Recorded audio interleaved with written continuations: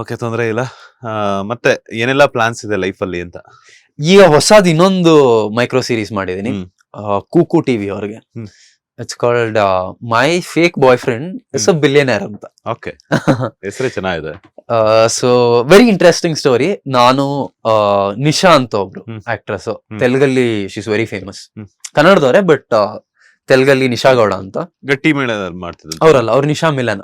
Okay, Nisha Gowda ಅಂತ ತೆಲುಗಲ್ G ಅಲ್ಲಿ show ಮಾಡ್ತಾರೆ ಅವರು. ಮತ್ತೆ ಆಕಾಶ್ ಅಂತ ಕೆಂಡ ಸಂಪಿಗೆ ಮಾಡ್ತಾ ಇದ್ರು. ಸೊ ನಾವು 3 ಜನ ಒಂದು it's a love story, but micro ಡ್ರಾಮಾದಲ್ಲಿ ತುಂಬಾ ಡ್ರಾಮಾ ಇರುತ್ತಲ್ಲ.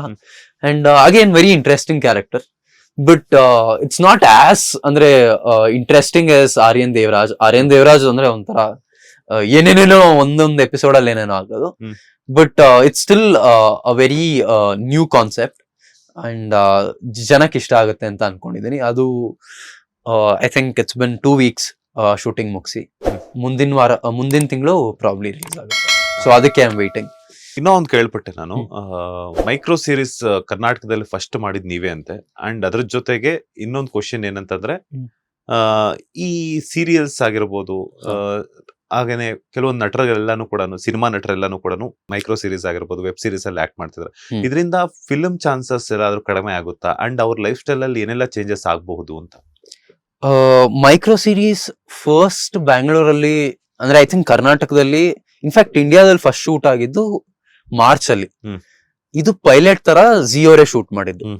ಅಂದ್ರೆ ವರ್ಟಿಕಲ್ ಕಾಂಟೆಂಟ್ ಅಲ್ಲ, ನಾವಿಷ್ಟು ವರ್ಷ ಹಾರಿಜಾಂಟಲ್ ನೋಡ್ಕೊಂಡ್ ಬಂದಿರೋದು, 100 ವರ್ಷದಿಂದ ಹಾರಿಜಾಂಟಲ್ಲೇ ಇದ್ದಿದ್ದು. ಈಗ ಫಸ್ಟ್ ಟೈಮ್ ವರ್ಟಿಕಲ್ ಮಾಡತ್ತೀಗ ಹೇಗ್ ಮಾಡೋದು ಅಂತ ಪೈಲಟ್ ಅಂತ ಒಂದ್ ಶೂಟ್ ಮಾಡಿದ್ರು. It had me, Siddu Moolimane and Satvika. ನಾವು 3 ಜನ ಫಸ್ಟ್ ಬ್ಯಾಂಗ್ಳೂರಲ್ಲಿ ಶೂಟ್ ಮಾಡಿದ್ವಿ, and that was for about 3 days.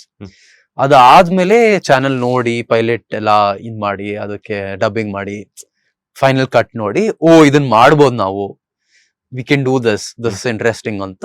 ಆಮೇಲೆ ಎಲ್ಲಾದ್ರು ಒಂದಷ್ಟು ಸೀರೀಸ್ ಕಮಿಷನ್ ಮಾಡಿದ್ರು. ಅಂಡ್ May 5th ಸ್ಟಾರ್ಟ್ ಆಗಿದ್ ನಮ್ದು. ದಿಸ್ ವಾಸ್ ಫಸ್ಟ್, ಅಂದ್ರೆ ಯಾವ್ದು ರಿಲೀಸ್ ಆಯ್ತು, ಐ ಥಿಂಕ್ ಕೂಕು ಅವ್ರದ್ದು ಇಟ್ ಎಂಡ್ಸ್ ವಿತ್ ಅಸ್ ಅಂತ ರಿಲೀಸ್ ಆಗಿದ್ ಫಸ್ಟ್ ಅವ್ರದ್ದು, ಬಟ್ ಶೂಟ್ ಸ್ಟಾರ್ಟ್ ಆಗಿದ್ ನಮ್ದು. ಐ ಸ್ಟಿಲ್ ರಿಮೆಂಬರ್, ನಾನು ಗಣೇಶ ಪೂಜೆದು ಇದು ವಿಡಿಯೋ ಹಾಕಿದ್ದೆ.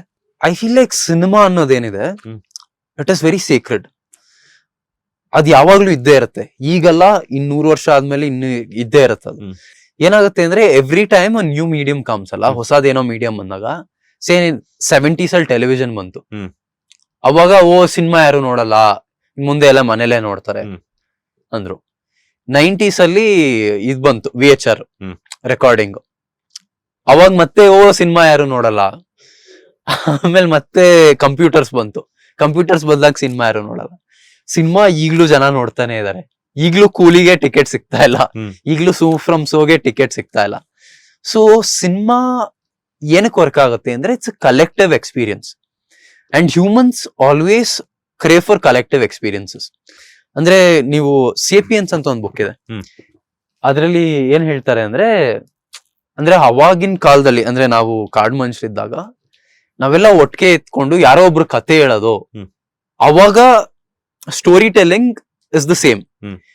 ಕಲೆಕ್ಟಿವ್ಲಿ ಒಂದು 20-30 ಜನ ಕೂತ್ಕೊಂಡು ಯಾರೋ ಒಬ್ರು ಕತೆ ಹೇಳೋದನ್ನ ಕೇಳೋದು, ಅದೇ ಸೇಮ್ ಸ್ಟೋರಿ ಟೆಲ್ಲಿಂಗ್ ಇವತ್ ಸಿನಿಮಾ ಆಗಿರೋದು. ಸೊ ಅದು ನಮ್ಗೆ ಥ್ರೂ ಔಟ್ ದ ಏಜಸ್ ನಮ್ಮ ಇದ್ರಲ್ಲಿ ಇನ್ಗ್ರೇನ್ ಆಗ್ಬಿಟ್ಟಿದೆ, ಅಂಡ್ ಅದು ಹೋಗಲ್ಲ. ಕಲೆಕ್ಟಿವ್ ಎಕ್ಸ್ಪೀರಿಯನ್ಸ್ ನ ನಾವು ಕ್ರಿಯೇಟ್ ಮಾಡೇ ಮಾಡ್ತೀವಿ. ವಾಟ್ ಇಸ್ ಹ್ಯಾಪನಿಂಗ್ ವಿತ್ ಈ ಹೊಸ ಮೀಡಿಯಂ ಇದೆಯಲ್ಲ, this is a personal experience. ನೀವ್ ವೆಬ್ ಸೀರೀಸ್ ಒಬ್ರೇ ಕೂತ್ಕೊಂಡು ನೋಡೋದು, ನೀವ್ ನೋಡಿದ್ರೆ ಮೀಡಿಯಂ ಅಲ್ಲಿ, ವೆಬ್ ಸೀರೀಸ್ ಅಲ್ಲಿ ನಾವ್ ಸಿನಿಮಾದಲ್ಲಿ ಏನ್ ಹೇಳಕ್ ಆಗಲ್ವೋ, ನಾವ್ ಟೆಲಿವಿಷನ್ ಅಲ್ಲಿ ಏನ್ ಹೇಳಕ್ ಆಗಲ್ವೋ, ಅದನ್ನ ಬಿಟ್ಟು ಏನೋ ಹೊಸದಾಗಿ ಹೇಳ್ತೀವಿ. ಅಂಡ್ ಅದ್ರದ್ದೊಂದ ಚೌಕಟ್ ಇರುತ್ತೆ, ಸೆನ್ಸರ್ ಇರುತ್ತೆ, ಆಮೇಲೆ there are market forces. For example, ನೀವ್ ಟೆಲಿವಿಷನ್ ಅಲ್ಲಿ ಏನೇನೇನೋ ಕತೆ ಹೇಳಕ್ ಆಗಲ್ಲ, ನೀವೊಂದು ಲಿಮಿಟ್ ಅಲ್ಲೇ ಕತೆ ಹೇಳಕ್ ಆಗೋದು. ಆ ಲಿಮಿಟ್ ದಾಟಿ ನಾವು ವೆಬ್ ಸೀರೀಸ್ ಅಲ್ಲಿ ಏನೋ ಒಂದು ಇದ್ ಮಾಡ್ಬೋದು, ಆ ಒಂದು ಆರ್ಟಿಸ್ಟಿಕ್ ಲಿಬರ್ಟಿ ತಗೊಬಹುದು.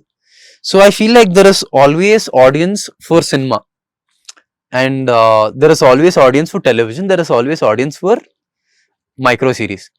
ನನ್ಗೆ ಏನೊಂದು ಖುಷಿ ಆಗ್ತಾ ಇರೋದು ಅಂದ್ರೆ ಈ ನಿಮ್ ಈಸ್ಟ್ ಅಲ್ಲೆಲ್ಲ ಸೇ ಕೊರಿಯನ್ ಕಂಟ್ರೀಸ್ ಅಲ್ಲಿ even in China this is a big market, ಭಯಂಕರ ದೊಡ್ಡ ಮಾರ್ಕೆಟ್. ಅಂಡ್ ಅದು ಇಲ್ಲಿ ನಮ್ಮ ಭಾಷೆಯಲ್ಲಿ ಮಾಡ್ತಾ ಇದಾರೆ ಅನ್ನೋದು ತುಂಬಾ ಖುಷಿ, ಬಿಕಾಸ್ ಅದರಿಂದ ಒಂದಷ್ಟು ಜನಕ್ಕೆ ಜಾಬ್ ಕ್ರಿಯೇಟ್ ಆಗ್ತಾ ಇದೆ.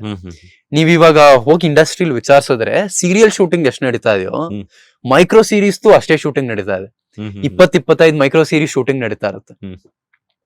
25 ಯೂನಿಟ್ ಗಳ ಕೆಲಸ. ಒಂದ್ ಯೂನಿಟ್ ಅಲ್ಲಿ ಅಟ್ಲೀಸ್ಟ್ 40-50 ಜನ ಇರ್ತಾರೆ. 40-50 ಜನ ಮಲ್ಟಿಪ್ಲೈಡ್ ಇಂಟು ದ್ಯಾಟ್ ಮಿನಿ ಅಷ್ಟು ಜನ ಕೆಲಸ ಸಿಗ್ತಾ ಇದೆ. ನಾನೇ 2 ಮೈಕ್ರೋ ಸೀರೀಸ್ ಮಾಡಿದೆ. And what happens is sometimes ಕೆಲವ್ರು ಟೆಲಿವಿಷನ್ ಅಲ್ಲಿ ಕೆಲಸ ಸಿಗಲ್ಲ, ಕೆಲವ್ರಿಗೆ ಸಿನಿಮಾದಲ್ಲಿ ಕೆಲಸ ಸಿಗಲ್ಲ. ಅವರಿಗೆ ಇದೇನೋ ಒಂದು ಹೊಸ ಮೀಡಿಯಂ. ಈಗ ಯಾರೋ ಮೈಕ್ರೋ ಸೀರೀಸ್ ಅಲ್ಲಿ ಆಕ್ಟ್ ಮಾಡಿ ಅವ್ರಿಗೆ ನಾಳೆ ಟೆಲಿವಿಷನ್ ಸಿಗ್ಬೋದು, ಅವ್ರಿಗೆ ಸಿನಿಮಾ ಸಿಗ್ಬೋದು. And opportunities have to increase. What happens is ನೀವು ಇಂಡಿಯಾದಲ್ಲಿ ಥಿಯೇಟರ್ಸ್ ಕಮ್ಮಿ ಇದೆ. ನೀವು ಕಂಪ್ಯಾರಿಟಿವ್ಲಿ ನೋಡಿದ್ರೆ I think there are about 8,000 or 9,000 screens all over India. ಚೈನಾದಲ್ಲಿ 100,000 ಸ್ಕ್ರೀನ್ಸ್ ಇದೆ. It is almost 10x.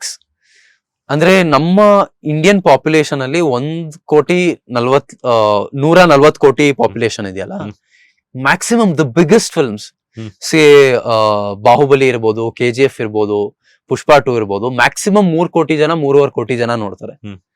ಇನ್ನು which is 2% of Indian population. The untapped potential is huge.